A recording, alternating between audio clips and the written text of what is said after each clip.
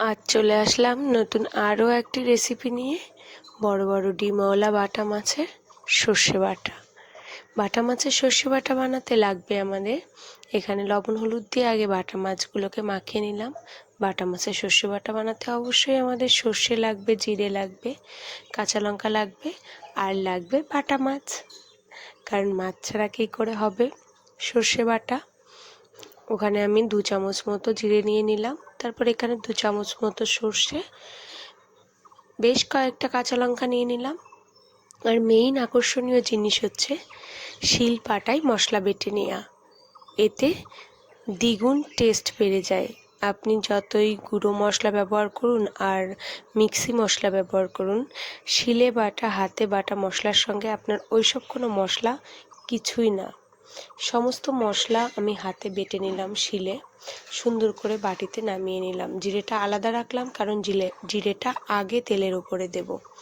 এরপর যে মাছটা মাখানো ছিল লবণ হলুদ দিয়ে, মাছটাকে আমি কড়াইতে সুন্দর করে জালে আস্তে আস্তে ভেজে নেব। আপনারা বলবেন যে এত কম তেলে কেন মাছ ভাজছি?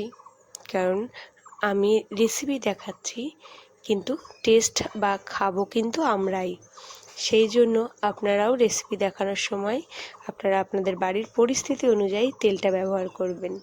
আমার বাড়িতে সবাই অসুস্থ, তাই আমি কম তেল ব্যবহার করছি। এখানে সুন্দর করে সবগুলো মাছই আমি উলট পালট করে আস্তে আস্তে জালে ভেজে নেব। কারণ আপনি যদি জোরে জাল দিয়ে তাড়াতাড়ি তাড়াহুড়ো করতে যান, তাহলে মাছটা ফেটে ডিমগুলো বেরিয়ে যাওয়ার চেষ্টা, মানে আপনার খুন্তিতে লেগে মাছের পেটটা কেটে গেলেই ডিমগুলো বেরিয়ে যাবে। এবার মাছগুলো ভেজে নিয়ে ওই তেলেই দিয়ে দেব কালো জিরে, শুকনো লঙ্কা আর একটুখানি জিরে দিয়ে আমি প্রথমে জিরে বাটাটা দিয়ে দেব। এবার বাটি ধুয়ে ওই জলটাও দিয়ে দেব, দিয়ে সুন্দর করে কষিয়ে নেব। স্বাদ অনুযায়ী লবণ দিয়ে দেব, লবণ দিয়ে স্বাদ অনুযায়ী হলুদ দিয়ে দেব, হলুদ দিয়ে বেশ খানিকক্ষণ একটু কষিয়ে নেব।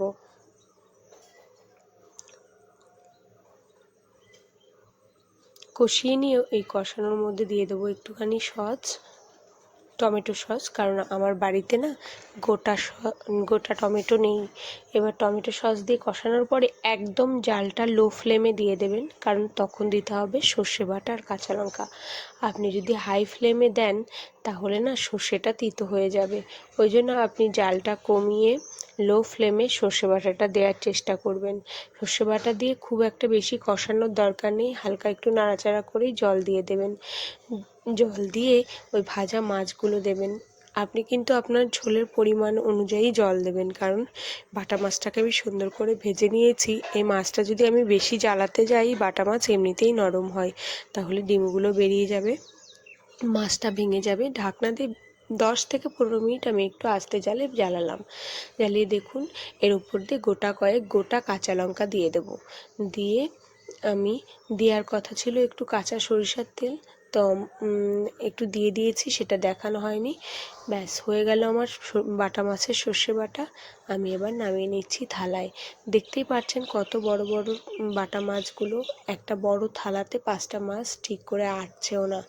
নামিয়ে নিলাম, নামিয়ে পরিবেশন করতে হবে এবার গরম গরম বাটা মাছের সর্ষে বাটা। প্রথমেই দিয়ে দিলাম আমি আমার ছেলেকে খেতে। দেখতেই পাচ্ছেন আপনারা আমার ছেলের রিভিউটা একটু দেখুন। ছেলে তো খেয়ে খুবই টেস্ট, কারণ ওর মাছের থেকে বেশি মাছের ডিমটাই প্রিয়। কারণ পেট ভর্তি এই আর লম্বা একটা ডিম বেরিয়েছে, ও সেই ডিমটাকে সুস্বাদুভাবে একদম মন ভরে তৃপ্তি করে ডিমটাকে খাচ্ছে। আমার ছেলে বা আমার হাজব্যান্ড, আমার পরিবারের সবাই যদি আমার রান্না খুব ভালো খায়, তাতেই আমি খুশি। আপনাদের যদি আমার ভিডিও ভালো লাগে, প্লিজ আমাকে সাবস্ক্রাইব করবেন, বেল আইকনটি চাপ দেবেন আমার নতুন নতুন ভিডিও দেখার জন্য।